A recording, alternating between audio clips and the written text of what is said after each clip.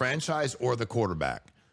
The fans lit this. Okay, so swap Dan Marino and Tom Brady's career, and how many rings does each man finish with? The real question underneath is what actually wins titles. Dan Marino retired with nearly every meaningful passing record of his era and 0 championships.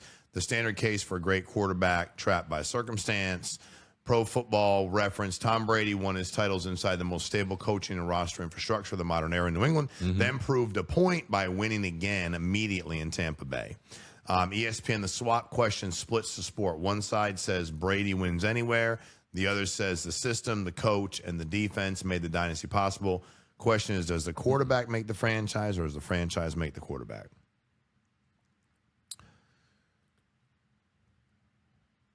First of all, I do believe that it can be both ways. Okay. But the best way is to have a talented player and then the franchise put him in a position that he can reach his genetic ceiling.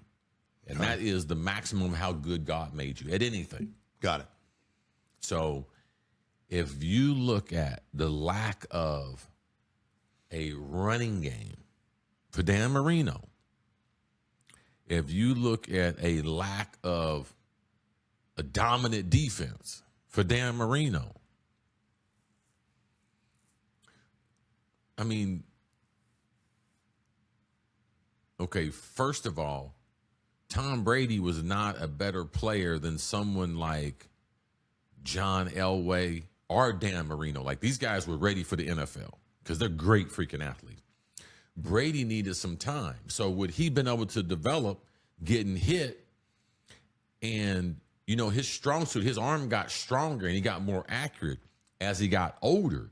But they would have ran him out of Miami. Like Don Shula and them, Don would have been retired earlier. So I think it's not a great comparison because you have to, everyone has weaknesses. And Tom Brady needed time. So if you told me that he was going to have some time somewhere, like he was with Bill Parcells, well, that's like Belichick, but you're going to put a defense, going to put a running game around him, going to protect him, that once he matures, because one day he's going to take over and you'll be able to split out 5 wides, 4 wides, throw the ball 40, 50 times a game, go no huddle, because that he evolved into that. So I don't like the comparisons because I happen to be alive for all of it, happen to witness all of it, either witness it, being initially a fan of the league 4 or 5 years before I got into the league, because that's where Marino, a couple years older than me, and then witnessing his career playing 3 decades and then broadcasting 2 decades. Like, I've seen that whole story. So Marino in New England in the cold with Belichick, that wasn't going to work.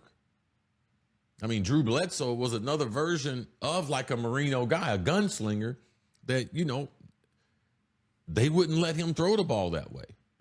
You know, when early in his career, they let Drew throw it that way, but the weather, injuries, one hit, knocked him out of his spot. Another guy got his spot.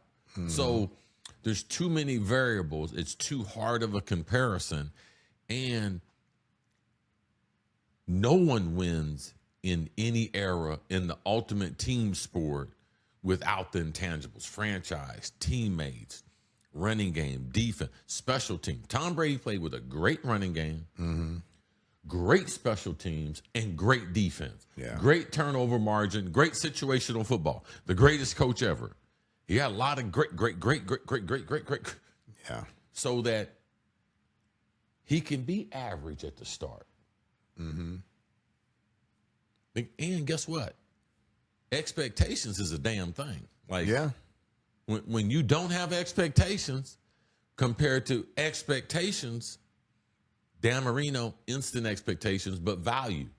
You know, four quarterbacks taken before him, 5th quarterback taken in the first round.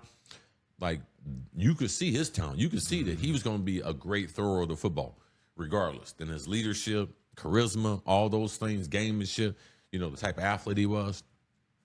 But no quarterback you can put in that experiment and they're going to be successful in Miami if Dan Marino couldn't do it. Correct. Like, stop. Like, I don't believe there's a lot. I don't believe Dan Marino can be coached by Belichick either. Because Dan going to be, let's go tight right, 32 gut. They got 7 guys in the box. Check, check, check, check. Let's go split, split. Let's go 585. On me, 585. See it. Yeah, we're throwing the ball. Yeah, that's what I do. We're throwing the ball. Dan, that was not them. You don't hear about them conversations in Miami. And Tom was a hell of a student. He did what he was told to do. Absolutely. And the leadership and the culture that he brought, Belichick used to annihilate him in the videos and everything, and Tom just grew from it. He ate all that stuff up. So Belichick can go off on anybody because Tom didn't care. And then the leadership that Tom and the people he drew him. I mean, Randy Moss is telling me about these off-the-record meetings they was having before they traded for him. Like, Randy Moss got on a plane and met Tom Brady in his hotel on a Monday night. Don't tell me Tom Brady, man. Tom Brady did some stuff. Like, great stuff that he's not going to ever get credit for. Yep.